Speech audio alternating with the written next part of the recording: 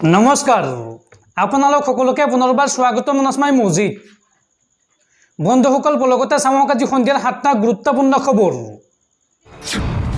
প্ৰথমটো খবৰ, গৃহমন্ত্ৰী অমিত শ্বাহৰ অসম ভ্ৰমণ কাৰ্যসূচী বাতিল। 7 আৰু 8 এপ্ৰিলত নিৰ্বাচনী প্ৰচাৰ চলাবলৈ অসমলৈ অহাৰ কথা আছিল কেন্দ্ৰীয় গৃহমন্ত্ৰী অমিত শ্বাহ, কিন্তু হঠাৎ এই ভ্ৰমণ কাৰ্যসূচী বাতিল কৰিছে গৃহমন্ত্ৰী অমিত শ্বাহে আৰু অহা 11 এপ্ৰিলত পুনৰ অসমলৈ অহাৰ সম্ভাৱনা আছে গৃহমন্ত্ৰী অমিত শ্বাহ। পৰৱৰ্তী খবৰ, ৰাজ্য কঁপাই যোৱা এছআই জোনমণি ৰাভাৰ মৃত্যুক লৈ ডাঙৰ খবৰ। হঠাৎ কিয় গোচৰ উঠাই ল'লে জোনমণিৰ মাতৃয়ে? এই সন্দৰ্ভত জোনমণি ৰাভাৰ মাতৃৰ মন্তব্য, জোনমণি ৰাভাৰ হত্যাকাৰীয়ে শাস্তি নাপালে অসম আৰক্ষীৰ ওপৰত মোৰ অলপো বিশ্বাস নাই আৰু মোৰ স্বাস্থ্য বেয়া, গতিকে জখলাবন্দালৈ গৈ মই কেছ খেলিব নোৱাৰোঁ। এই মন্তব্য জোনমণি ৰাভাৰ মাতৃৰ।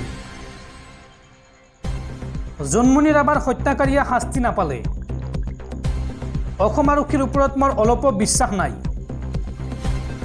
যিসকলৰ নাম দিছিলোঁ তেওঁলোকে শাস্তি পোৱাটো বিচাৰিছিলোঁ। এই মন্তব্য জোনমণি ৰাভাৰ মাতৃৰ।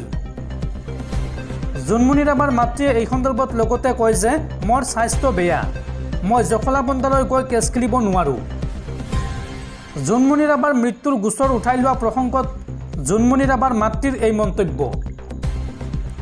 তেওঁ লগতে কয় যে মোৰ মানুহৰ অভাৱ, টকাৰ অভাৱ, মই জানো কেছ খেলিলেও জিকিব নোৱাৰোঁ, কেছ উঠাই ল'বলৈ মই কাৰো পৰা টকা লোৱা নাই।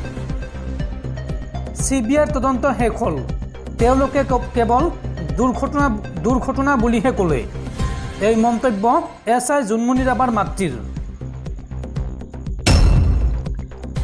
পৰৱৰ্তী খবৰ, দেশত পুনৰ ভয়ংকৰ গুলীয়াগুলী।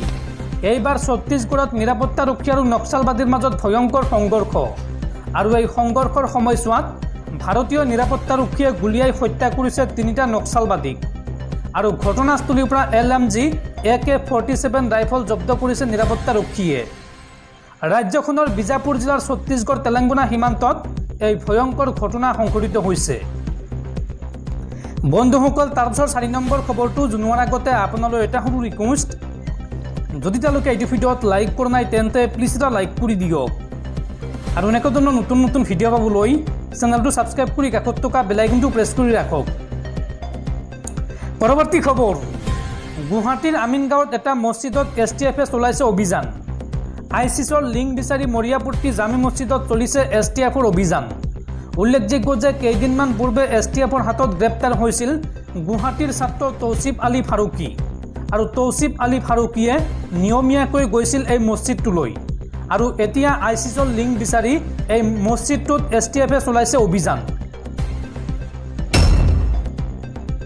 পৰৱৰ্তী খবৰ, নিৰ্বাচনৰ পূৰ্বে এইবাৰ বিপদত পৰিছে বিজেপি।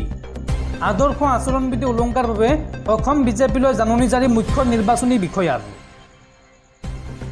CPIMে উত্থাপন কৰা আদৰ্শ আচৰণবিধি চমুকৈ MCC উলংঘা কৰাৰ অভিযোগৰ পাছতে অসমৰ মুখ্য নিৰ্বাচনী বিষয়াই সাহসীয় বিজেপিক কাৰণ দৰ্শোৱাৰ জাননী জাৰি কৰিছে।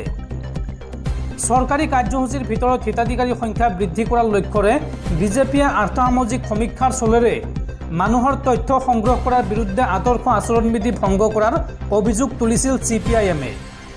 8 এপ্ৰিলৰ পুৱা 10 বজাৰ ভিতৰত উত্তৰ বিচাৰি ৰাজ্যিক বিজেপি সংমণ্ডলৰ সভাপতিলৈ জাননী প্ৰেৰণ কৰা হৈছিল। CPIMৰ অভিযোগ অনুসৰি বিজেপিয়ে অৰুণোদয় আঁচনিৰ অধীনত যোগ্য পৰিয়ালৰ পৰিসৰ বৃদ্ধি কৰাৰ প্ৰতিশ্ৰুতি দি আৰ্থসামাজিক সমীক্ষাৰ আঁৰত আবেদন পত্ৰ বিতৰণ কৰি আদৰ্শ আচৰণবিধি ভংগ কৰিছে। পৰৱৰ্তী খবৰ, দেশৰ লাখ লাখ শিক্ষাৰ্থীৰ বাবে জৰুৰী খবৰ। পাঠ্যপুথিৰ পৰা আঁতৰাই পেলোৱা হ'ল বাবৰি মছজিদৰ কথা আৰু বাবৰি মছজিদৰ বিপৰীতে এতিয়া পঢ়িব লাগিব ৰাম জন্মভূমিৰ আন্দোলনৰ ইতিহাস। পাঠ্যপুথিত সলনি কৰা হ'ল দেশ কঁপাই যোৱা কেইবাটাও ঘটনাৰ লিখনি। এই সন্দৰ্ভত বৃহৎ সিদ্ধান্ত গ্ৰহণ কৰিছে NCERTয়ে। পাঠ্যপুথিৰ পৰা বাবৰি মছজিদৰ পাঠ্যক্ৰম আঁতৰাৰ প্ৰসংগ। ছাত্ৰ ছাত্ৰীসকলে এতিয়াৰ পৰা পঢ়িবলৈ নাপাব বাবৰি মছজিদৰ ইতিহাস। দ্বাদশ শ্ৰেণীৰ পাঠ্যক্ৰমৰ পৰা আঁতৰিল এই লেখনি। মছজিদৰ বিপৰীতে পৰিব লাগিব ৰাম জন্মভূমিৰ আন্দোলনৰ বিষয়। বিশেষকৈ ৰাজনীতি বিজ্ঞানৰ পাঠ্যপুথিত অনা হৈছে কেইবাটাও সংস্কৰণ। বিশেষকৈ বাবৰি মছজিদ আৰু হিন্দুত্ববাদী ৰাজনীতিৰ লেখনি সলনি কৰা হৈছে। NCERTৰ এই সিদ্ধান্তৰ পিছতেই পুনৰ চৰ্চাত আহিছে বাবৰি মছজিদ। লগতে গুজৰাট দাঙ্গা সম্পৰ্কীয় লেখনিও সলনি কৰা হৈছে পাঠ্যক্ৰমত। মুছলমান লোকৰ মৃত্যুৰ তথ্য উঠাই দিয়া হ'ল পাঠ্যক্ৰমৰ পৰা। কাশ্মীৰ সম্পৰ্কত সলনি কৰা হৈছে কেতবোৰ লেখনি।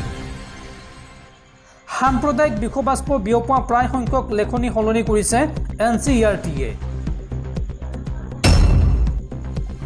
পৰৱৰ্তী খবৰ, লোকসভা নিৰ্বাচনৰ পূৰ্বে পুনৰ বিপদত পৰিছে বিহাৰৰ প্ৰাক্তন মুখ্যমন্ত্ৰী লালু প্ৰসাদ যাদৱ। যিকোনো মুহূৰ্তত গ্ৰেপ্তাৰ হ'ব পাৰে বিহাৰৰ প্ৰাক্তন মুখ্যমন্ত্ৰীগৰাকী, কিয়নো বিহাৰৰ প্ৰাক্তন মুখ্যমন্ত্ৰী লালু প্ৰসাদ যাদৱৰ বিৰুদ্ধে জাৰি কৰা হৈছে গ্ৰেপ্তাৰী পৰোৱানা। বিপদ বাঢ়িছে বিহাৰৰ প্ৰাক্তন মুখ্যমন্ত্ৰী লালু প্ৰসাদ যাদৱৰ। লালু প্ৰসাদ যাদৱৰ বিৰুদ্ধে জাৰি কৰা হৈছে গ্ৰেপ্তাৰী পৰোৱানা। 1997 চনৰ অস্ত্ৰ আইনৰ অধীনত গ্ৰেপ্তাৰী পৰোৱানা জাৰি আদালতৰ। গোৱালিয়ৰ আদালতে জাৰি কৰিছে গ্ৰেপ্তাৰী পৰোৱানা। ভুৱা তথ্য প্ৰদান কৰি অস্ত্ৰ ক্ৰয় কৰাৰ অভিযোগ লালু প্ৰসাদ যাদৱৰ বিৰুদ্ধে। আৰু লালু প্ৰসাদ যাদৱৰ হৈ এই গোচৰত আদালতত কোনেও উপস্থিত নোহোৱাৰ বাবে পলাতক ঘোষণা কৰিছিল আদালতে। আৰু এতিয়া যিকোনো মুহূৰ্তত গ্ৰেপ্তাৰ হোৱাৰ সম্ভাৱনা আছে বিহাৰৰ প্ৰাক্তন মুখ্যমন্ত্ৰী লালু প্ৰসাদ যাদৱ। পৰৱৰ্তী খবৰ, বিশ্বত আৰম্ভ হ'ব নেকি তৃতীয় বিশ্বযুদ্ধ? পুনৰ আন এক যুদ্ধৰ বাবে সাজু হওক বিশ্ববাসী। এইবাৰ ইৰাণ আৰু ইজৰাইলৰ মাজত যিকোনো মুহূৰ্তত আৰম্ভ হ'ব পাৰে ভয়ংকৰ যুদ্ধ। আৰু এই যুদ্ধক লৈ দুয়োখন দেশৰ সেনা হাই এলাৰ্টত আছে। যিকোনো মুহূৰ্তত আৰম্ভ হ'ব পাৰে ভয়ংকৰ যুদ্ধ। যিকোনো মুহূৰ্তত আৰম্ভ হ'ব পাৰে ইৰাণ আৰু ইজৰাইলৰ মাজত ভয়াৱহ যুদ্ধ। সম্পূৰ্ণৰূপে সাজু হৈছে দুয়োখন দেশৰ সেনা। ইৰাণৰ সেনাক হাই এলাৰ্টত ৰখা হৈছে আৰু লগতে ইজৰাইলী সেনাও সীমান্তত চলাইছে যুদ্ধাভ্যাস। বিশ্ববাসীৰ দৃষ্টি এতিয়া নিবদ্ধ ইৰাণ আৰু ইজৰাইলৰ ওপৰত। যুদ্ধসদৃশ পৰিৱেশৰ বাবে সকলো ধৰণৰ ছুটি বাতিল কৰিছে ইজৰাইলী সেনাই। ইজৰাইলী সেনাৰ ৰিজাৰ্ভ ইউনিটকো সাজু কৰা হৈছে যুদ্ধৰ বাবে। সীমান্তত থকা GPS ব্লক কৰি দিছে ইজৰাইলে। আৰু লগতে মিছাইল, টেংক, যুদ্ধজাহাজ এক্টিভ মোডত ৰাখিছে ইজৰাইলে। আমেৰিকা যুক্তৰাষ্ট্ৰ হাই এলাৰ্টত আছে এই পৰিৱেশক লৈ। উল্লেখযোগ্য যে চিৰিয়াত হোৱা এয়াৰ ষ্ট্ৰাইকৰ পিছতে পূৰ্ণাংগ যুদ্ধ হোৱাৰ আশংকা প্ৰকাশ কৰা হৈছে। চিৰিয়াৰ ৰাজধানী ডামাস্কাছৰ এয়াৰ ষ্ট্ৰাইকত নিহত হৈছিল এগৰাকী শীৰ্ষ কামাণ্ডাৰ। আৰু এই ঘটনাৰ পিছতে বিশ্বৰ বহু দেশে আগবঢ়াইছিল প্ৰতিক্ৰিয়া। উল্লেখযোগ্য যে 1 এপ্ৰিল তাৰিখে ইজৰাইলে F-35 বিমানেৰে কৰিছিল বোমা বৰ্ষণ। আৰু তাৰ তথ্যৰ ভিত্তিতেই আমেৰিকাই এতিয়া ইৰাণক লৈ জাৰি কৰিছে এলাৰ্ট।